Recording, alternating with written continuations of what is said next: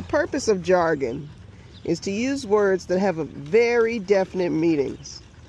This is in contrast to our everyday words whose meanings often get muddied up.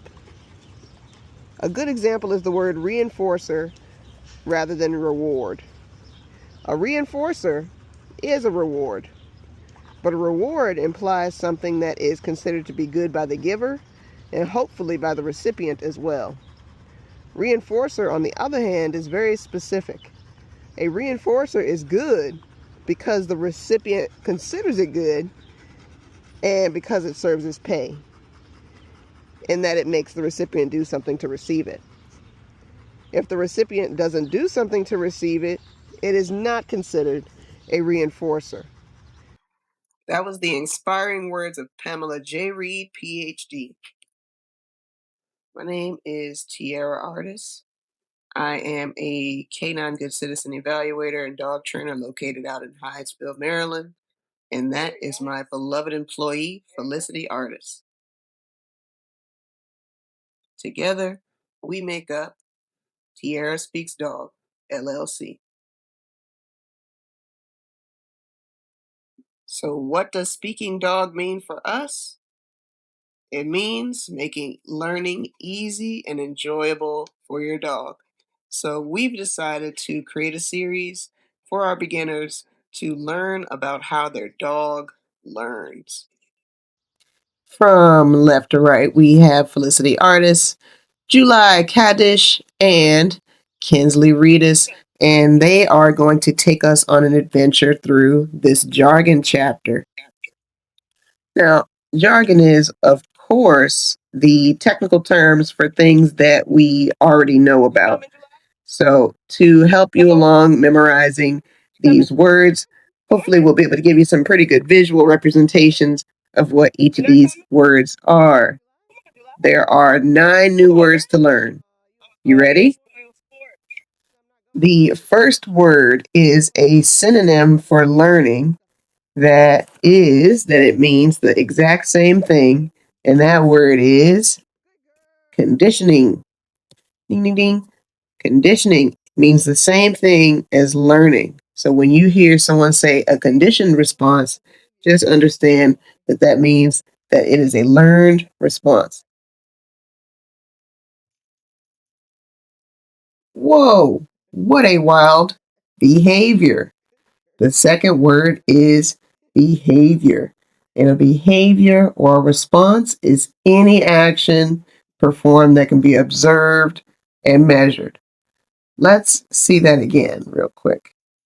Right here we have Miss Felicity observing the food in my hand, and then taking that visual cue, she goes ahead and jumps on July's back, to which July displays the behavior of yawning, kind of like, what the heck? You would really let her jump on my back? The third word is stimulus. A stimulus is any event that can be perceived by the animal.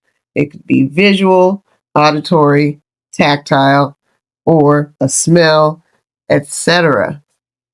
And did anyone notice this lovely tail wagging behavior from Miss Kinsley when she was presented with her collar? The visual stimulus, that is, seeing her collar, induced a response that was her wagging her tail because she is excited, knowing that collar means good things to come. The fourth word is consequence. Now, we as humans think of consequences as negative things most of the time because those are the most memorable. But for example, right here, a positive consequence for their behavior of lying down was that I just went and gave them a bunch of treats. Well, look at these gorgeous girls. The next word is contingency. And this is just a statement of a dependent relationship between events. This is your if-then statement. For example, if these lovely ladies stay put, then they get praise and treats.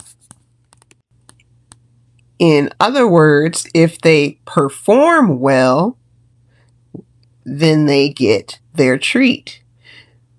The next word is, of course, performance, which refers to just the actual behavior that the animal is doing. And it is important to note that just because an animal does not display behavior does not mean they do not know it. For example, July is very, very tempted right now to get up from her stay due to her fear of trucks. So in that case, if she were to get up, which she didn't, she was a very good girl here, but if she were to get up, then that does not mean that she does not know the behavior of a down stay. She has learned that behavior. Free, let's go. Run. Run. I think it's safe to say that the girls found that to be a pretty positive experience. Now, in the book, a positive is anything that the animal considers a good thing. And that could be a good run, playing some ball, a nice soft bed, anything that feels good, sounds good, or tastes good. And then, of course, there's the flip side, the negative, the aversive, anything that the dog considers annoying, painful, or uncomfortable. Okay. And as you can see here, July obviously finds getting her nails trimmed uncomfortable. And then the last two words, it's two words in my opinion. They put them together, but it's theory and principles. A theory being, of course, an explanation of how things work, and then principles are outlined, quote unquote, by the theory. In other words, principles are the rules or the laws that govern learning. Well, that's it for the vocab, folks. Thank you for joining us on this journey through the jargon chapter. And I will see you for the next video.